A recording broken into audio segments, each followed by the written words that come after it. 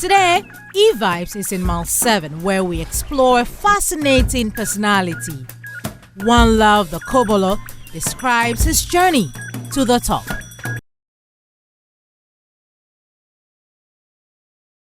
Are we here?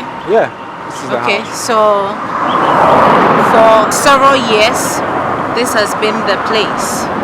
Yeah, I mean, I grew up here from the age of, let's say, 3 years up to 7 years old. So about 6 years I lived here. This was my early childhood. Yeah. Does it remind you of anything? A lot. I mean, I used to, like, I wake up in the morning and I'm just inside here in the bushes. Like, here was all bush. Okay. Bush. I don't even know how to explain it. Like right over here where I seen this purple tree, there was a sponge tree. Support. You know, there's a bush that makes the support. So we used to even tear support from there. And the gutters, I mean, these things were not gutters, they were like small streams full of golden fish, tadpoles, and the rest. Down the road, I had some friends here after the fourth house, Dede and Kofi. And my first Ghanaian language was Ewe. That I was speaking. So what is that? Because I speak I just knew some one words like a fun. But I knew cat is Adaji. Daddy. Then I knew IMFO, and I knew some things, but I wasn't using them. So, and when we moved from here, the area I went to stay, the people were gone, like to be a question. So nobody was speaking anywhere, but otherwise my first language I would have been away. Were you a stubborn kid? Somehow. Okay. I never wore shoes. When I'm going to play, they will tell me to wear charlotte, and when I come outside, I'll hide it by the gate here under a stool.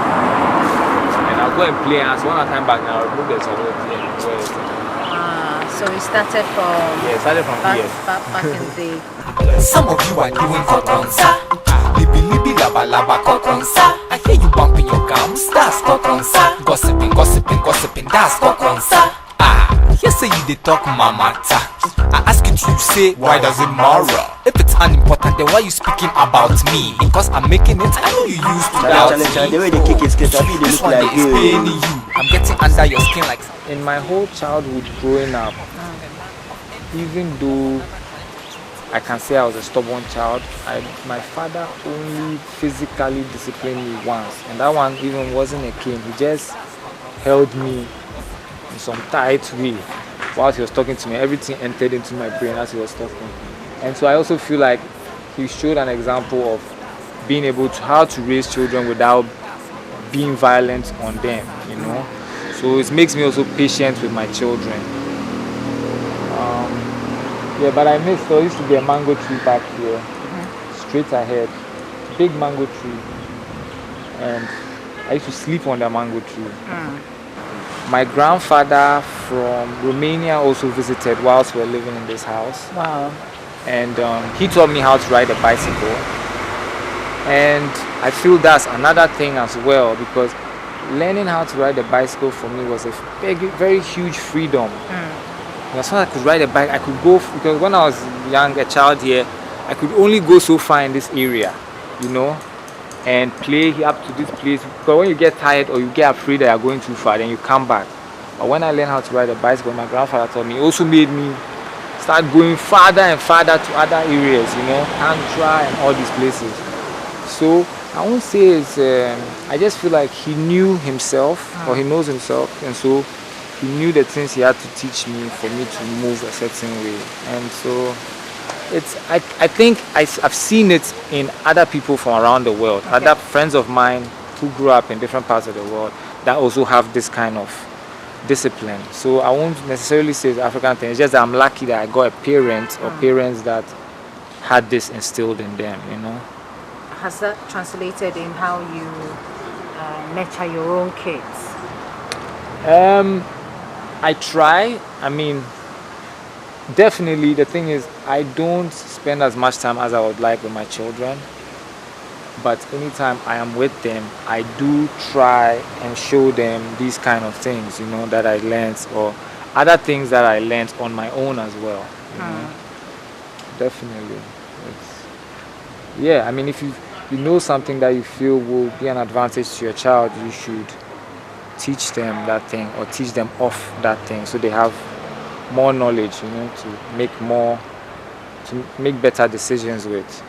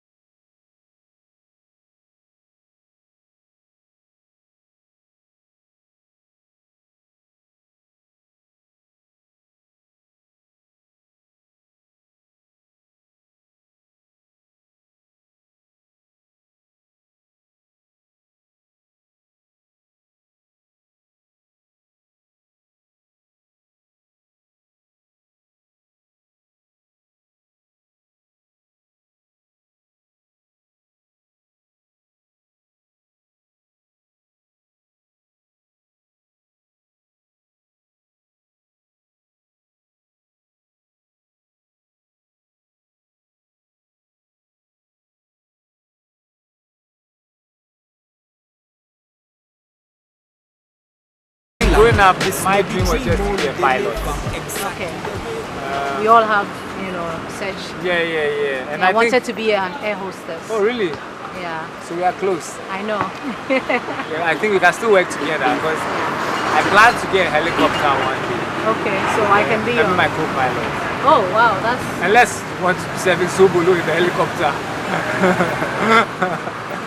Can just be a co-pilot.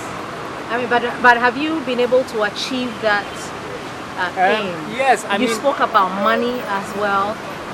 Throughout the years, over the years of doing music, we'll get more into that, but throughout the years, have you been able to achieve that purpose? I think I'm still building towards bigger impact. I've been training myself by dealing with certain artists, or a few artists that I'm helping in some way, that I've trained how to mix and record themselves and master themselves, their music, and then bought them equipment to set up their own studio. Artists, the people that I've shown how to edit films, videos, and so on. And then people that I have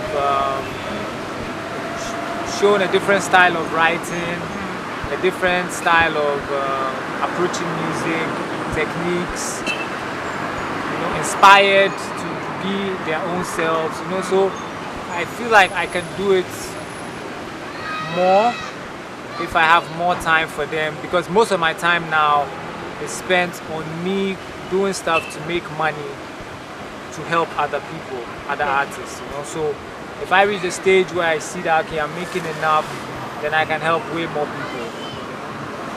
So yeah, I'm training for the bigger challenge. Okay. Yeah.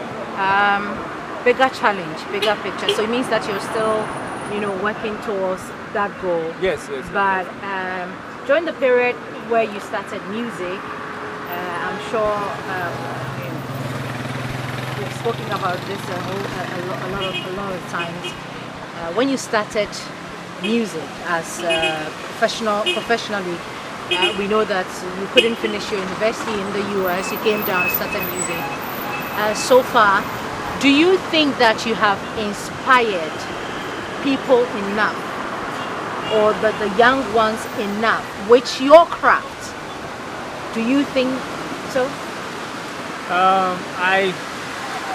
Again, it's almost the same thing. I feel I can make way more impact. Okay. But I also have quite maybe at least 5 to 10 examples of artists that are currently working in the mainstream that have said themselves that they are greatly influenced by myself or me and Mensa as FOKM boys. You want to mention a few names? I can say there's Molasi, There's Joy B, Okay. BL, Okay. Bright.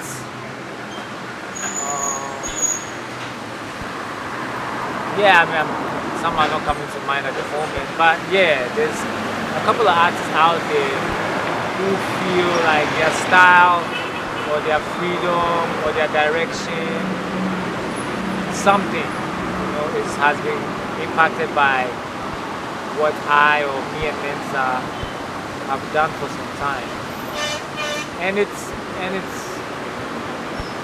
just means that yeah, with a wider reach, we can inspire more people to be great. Okay.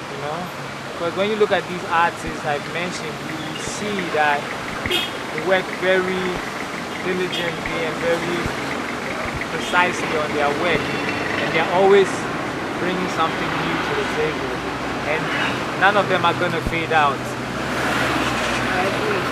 Your songs. I don't know which of them I will say. Are you proud of your songs? All of your songs?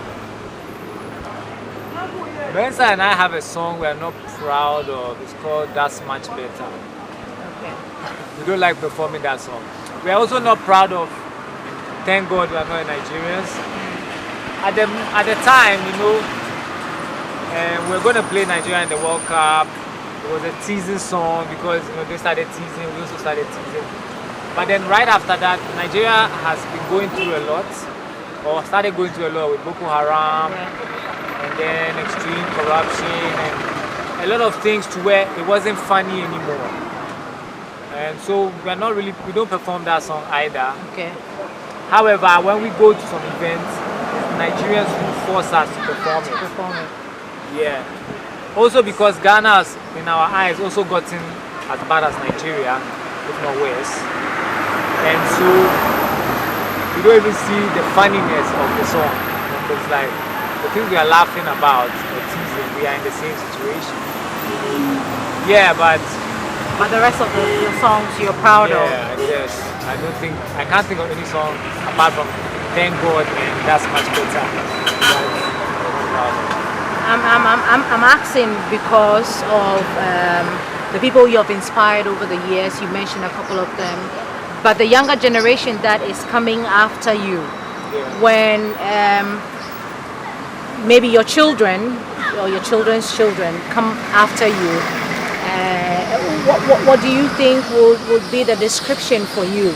Yes, you've inspired a lot of people, EL and the rest of. What do you think will be said about Wanluv the Kobolo, apart from the fact that he doesn't wear slippers, his ideologies are different, he wears skirts and all that? What do you think will be said? Will we be inspired? Will we be proud? Yeah, I just hope. I don't know what will be said because I don't know how my life is going to end and what I would have done by then. But I would like for them to feel like I made people feel free or gave them the courage to be themselves and to honor the truth and to fight for people who were not yet in a position to fight for themselves. Like a friendly neighborhood helper. Have you been able to achieve that goal? Not yet. You're still working on it, trying to help people and all that. But music is what you do. Yeah. And music is what's getting you all the cash that you want or you needed to help others. I feel personally, if you ask me, I feel you're not paying too much attention to the music because Wanluv, you're not interested. There's so many things that I can point out that you're not interested in. You're not interested in awards. How many shows do you even perform? Maybe in your home country.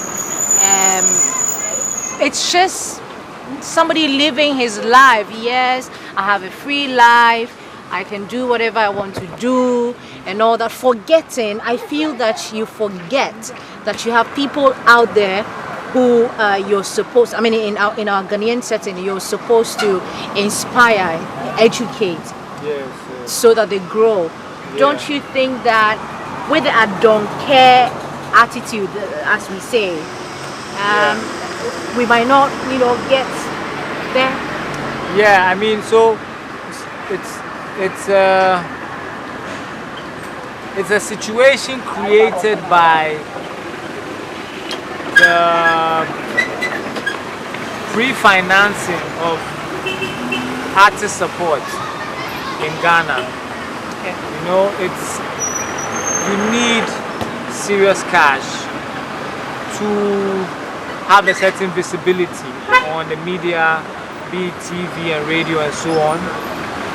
And even at that level, there's other label houses or producers who are also threatened by maybe your level of talent or work ethic and so on. So there's even situations where people are paying DJs here and there to not play other people's, like it's a cutthroat business, Okay. And so rather than I or myself and Mensa deal with this feudal system in this industry and really the lack of care for like time and professionalism and stuff, we have invested our money into the international music world. So we put too much resources outside, and that's where we're making our money. That we don't have the same amount, or we don't have this amount yet at the moment to be able to do that here. And we may never do that here. What we may do here is support artists here in that way. Okay. But even because of the ways we work, artists that we work with here have started also leaving the country, because from after working with us, people who know us in the international start inviting those artists as well. But yes, we also want to have home champions. We ourselves want to have home champions. But because of the nature of the business here, we decided to invest more outside in our career. Okay. And maybe at some point invest in ourselves here as well. I guess it's doing good, right? Yes, till Corona. Okay. It was doing good till Corona came. All right. Let's. Are you where you want to be? Have you achieved, the things that you wanted to achieve in this life? Generally, you have 7 kids. I mean, we won't go into your family life, but do you think that you have achieved? No, I still feel like I'm up and coming. That's how I feel. Like, it says that people know me, but I feel like I'm an underground artist, really. And so I have a lot of stuff to do. Like, there's a lot of work in my computer, in my mind, around me. There's a lot of stuff I want to do, and I'm working on it every day. A lot of albums to put out, a lot of films to make. A lot of collaborations. Okay. Yeah. So I'm on it. I know that. Can you put this in your bag Yes. for me? I know. If you can't wear it, I'll wear it for you. No, I'll wear it. I mean, I'll take it home. It's a gift, and I appreciate Yes, it. it is. I know that you have opinion about politics and all that. We have songs that you believe to address all these situations, political situations in Ghana, especially. Do you have an idea of what exactly you think can be done? Because what we are looking for, Wanluv, is for everybody to be okay, systems working in the music industry, outside the music industry, and all that, right? That's what we all want, Yeah, right? yeah. So do you have any idea of what we can do Yeah. as the people, politicians, and Yeah. everybody? Do you have an idea? Yeah, I always have an idea because it's always bothered me. I think what the concerned real patriots of this country in power need to do is find out all the places where we come short as a country. In healthcare, roads, music arts industry, the environment, and choose promising, well-standing people that you know are not depraved and want. In ancient Egypt, which is Africa, when people came there to study, before you get to what you call your master's degree, you studied for over 30 to 40 years to be called a master. The main reason is that you had to prove that your spirit was aligned with the will of the people and that you were getting to a certain position where you are not going to work for yourself. So before you get to that final position where they give you the final knowledge, they have screened your spirit and seen that you are for the people. We need first of all to choose people that we know are good, people that will give their arm for a stranger. These are the people that we need to now send off into societies that are succeeding, like Denmark. Copenhagen has zero plastic, zero waste. They are in negative. They import waste from other cities. So you send someone there, you sponsor them, they go and study, you find out the infrastructures, how they did everything. You send somebody out into the educational field, which place has the best education. And we send people out to train for months. And then we bring these people and give them the final authority in these positions to be able to identify people who are just there for their personal gain and clear all those people out of the system.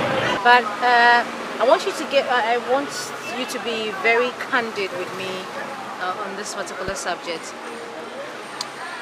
Would you ever change?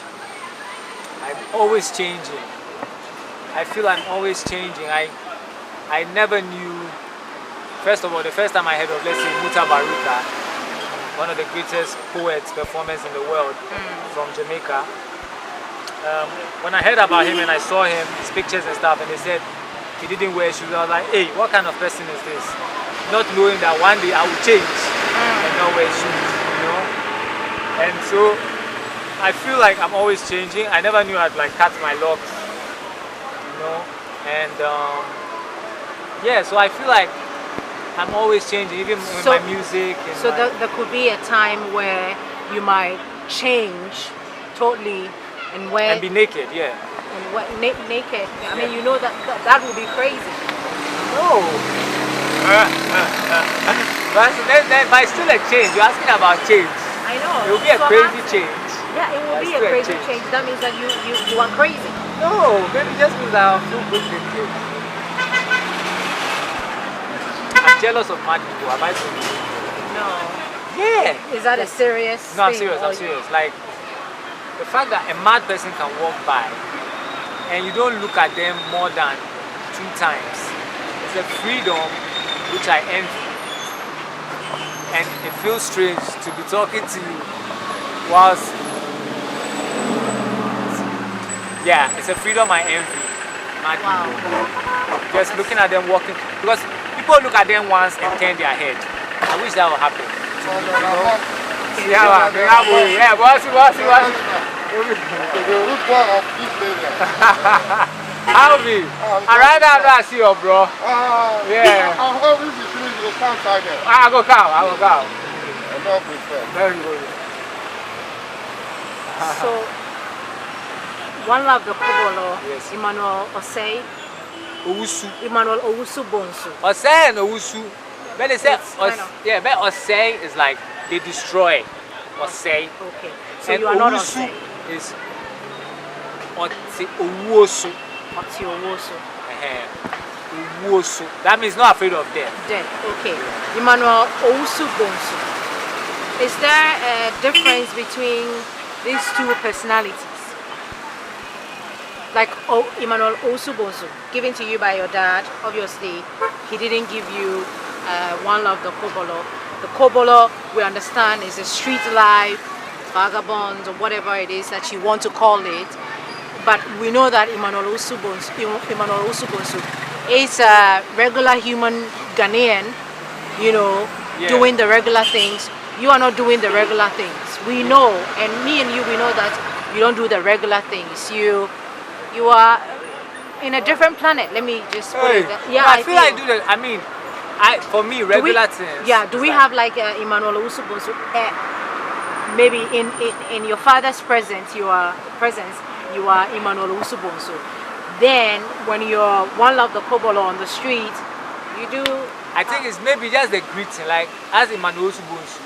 If I meet someone, they say, "Hey, Emmanuel Usubonsu," I say, "Oh, please, good afternoon." But if they say Kobolo, how? I say, "Yeah, what's up?" So it's this. You'll never change. That's the difference. You'll never change. No, I mean, the thing is, I've managed to merge the two, you know, but I feel like I do average everyday things. It's just that now, Ghana has moved in a certain direction, and I look strange, like me walking around holding bread and chewing it, or me eating by the roadside, and so on and so forth. I think a lot of people do that, and those are like regular Ghanaian things, you know, eating by the road. I think people have become strange. Like when I'm buying something, let's say orange, and I'm just buying 2 or 3, and I just want to hold the orange in my hand. They want to put it in a rubber bag, and rubber bags are polluting the environment. And I'm like, no, I just want the orange. And they're like, but somebody will see it. I'm like, yeah, but it's an orange. And there was in a tree, and people were seeing it in the tree, and I'm just holding it home. Maybe I'll eat one on the way. I think that's normal. But the world has become addicted to plastic, which I find strange. So then they'll say, hey, but you're a celebrity. Yeah, but that doesn't mean, I mean, if just any friend of mine goes to buy something for me, like banana, and they don't take rubber, they will be like, oh, you have to take rubber, you have to take rubber. So you not taking rubber has now become strange. But to me, the normal should be not using rubber. But you're still strange. I know that you obviously you don't sound like you are going to change anytime soon. Or maybe I'll change tomorrow. Yeah. That's on your head. The flower on your head. Oh yes, I'm trying to beautify the nation. Let's continue this conversation some other time. Thanks for your time.